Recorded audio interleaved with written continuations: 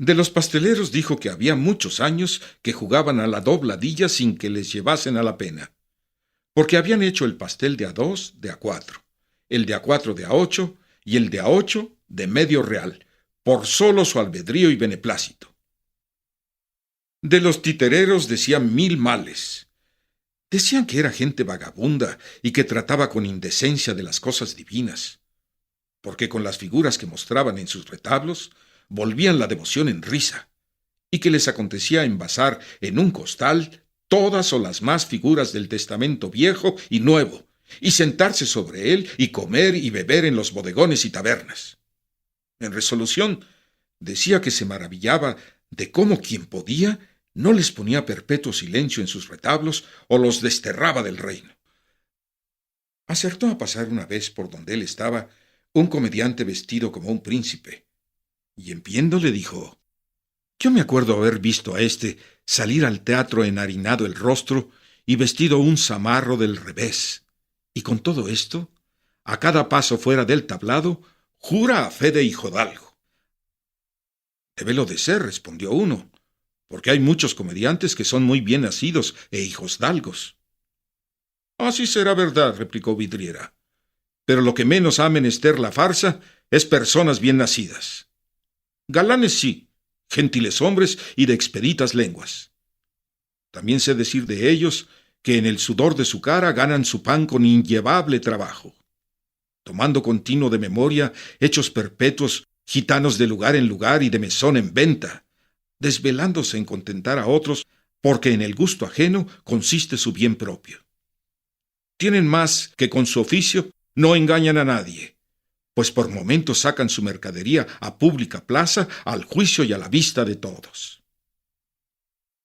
El trabajo de los autores es increíble, y su cuidado extraordinario, y han de ganar mucho para que al cabo del año no salgan tan empeñados que les sea forzoso hacer pleito de acreedores.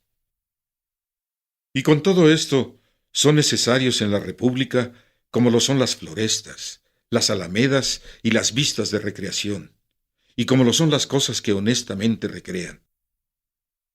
Decía que había sido opinión de un amigo suyo que el que servía a una comedianta, en solo una, servía a muchas damas juntas.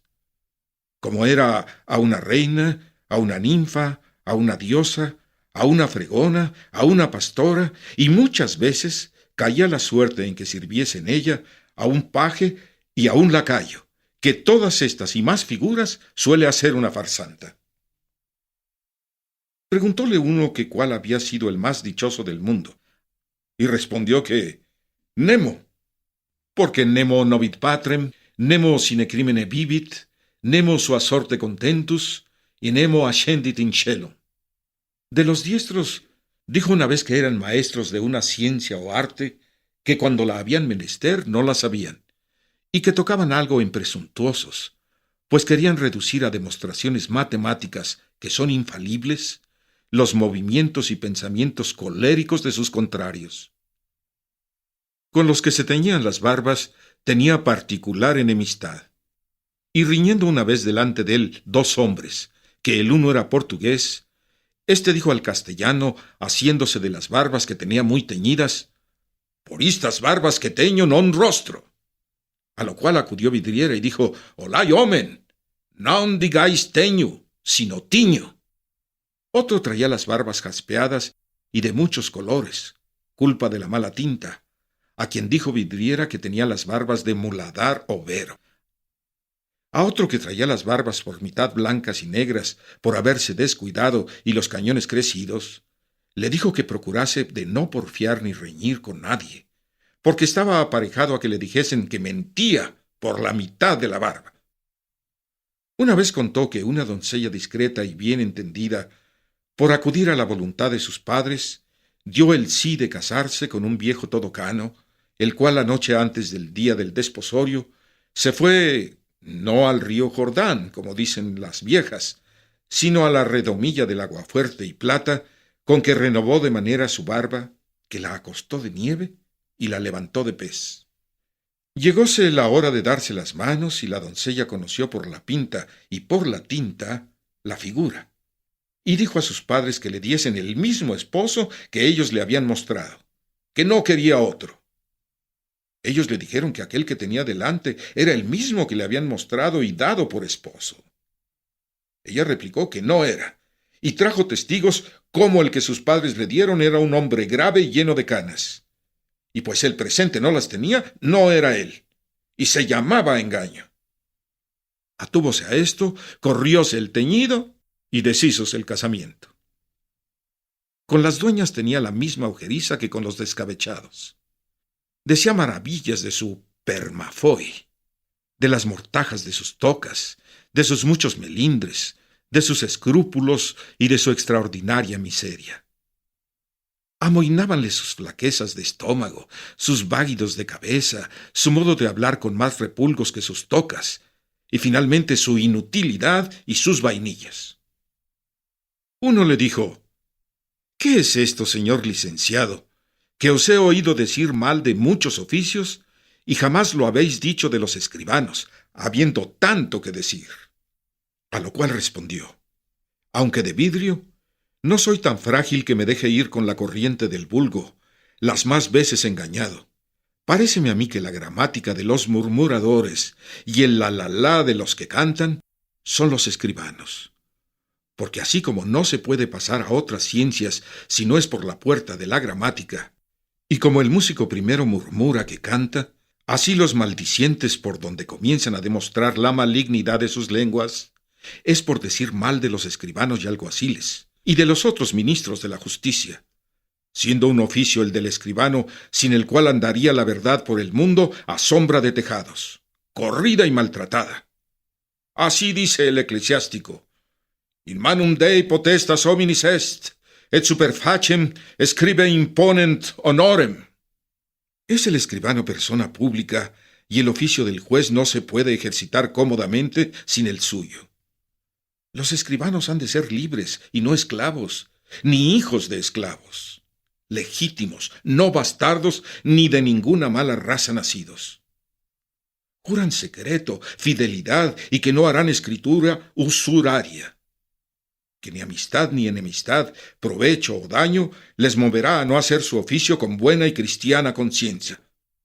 Pues si este oficio tantas buenas partes requiere, ¿por qué se ha de pensar que de más de 20,000 escribanos que hay en España se lleve el diablo la cosecha como si fuesen cepas de su majuelo? No lo quiero creer, ni es bien que ninguno lo crea, porque finalmente digo que es la gente más necesaria que había en las repúblicas bien ordenadas, y que si llevaban demasiados derechos, también hacían demasiados tuertos, y que de estos dos extremos podría resultar un medio que les hiciese mirar por el virote. De los alguaciles dijo que no era mucho que tuviesen algunos enemigos, siendo su oficio o prenderte o sacarte la hacienda de casa, o tenerte en la suya en guarda y comer a tu costa. Tachada la negligencia e ignorancia de los procuradores y solicitadores, comparándolos a los médicos, los cuales, que sane o no sane el enfermo, ellos llevan su propina. Y los procuradores y solicitadores lo mismo, salgan o no salgan con el pleito que ayudan.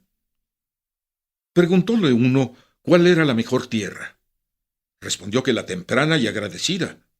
Replicó el otro: no pregunto eso, sino que cuál es mejor lugar, Valladolid o Madrid. Y respondió: de Madrid los extremos, de Valladolid los medios. No lo entiendo, repitió el que se lo preguntaba, y dijo: de Madrid cielo y suelo, de Valladolid los entresuelos. Oyó Vidriera que dijo un hombre a otro que así como había entrado en Valladolid, había caído su mujer muy enferma porque la había probado la tierra. A lo cual dijo Vidriera: mejor fuera que se la hubiera comido, si acaso es celosa.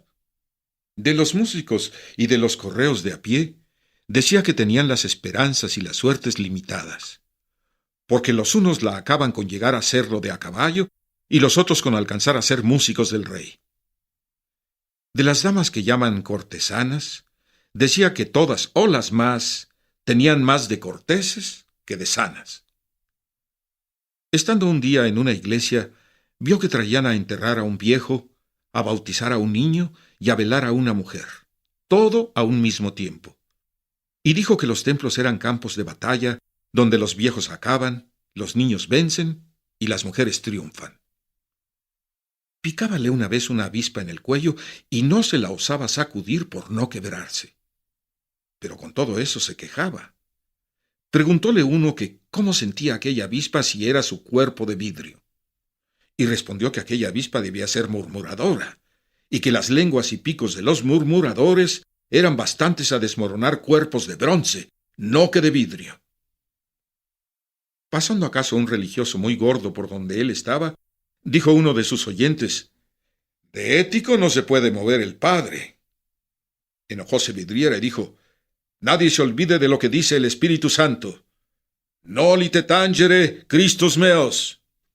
Y subiéndose más en cólera, dijo que mirasen en ello y verían que de muchos santos, que de pocos años a esta parte había canonizado la Iglesia y puesto en el número de los bienaventurados, ninguno se llamaba el capitán don fulano, ni el secretario don tal de don tales, ni el conde, marqués o duque de tal parte, sino fray Diego, fray Jacinto, fray Raimundo, todos frailes y religiosos, porque las religiones son los aranjueces del cielo, cuyos frutos de ordinario se ponen en la mesa de Dios. Decía que las lenguas de los murmuradores eran como las plumas del águila, que roen y menoscaban todas las de las otras aves que a ellas se juntan.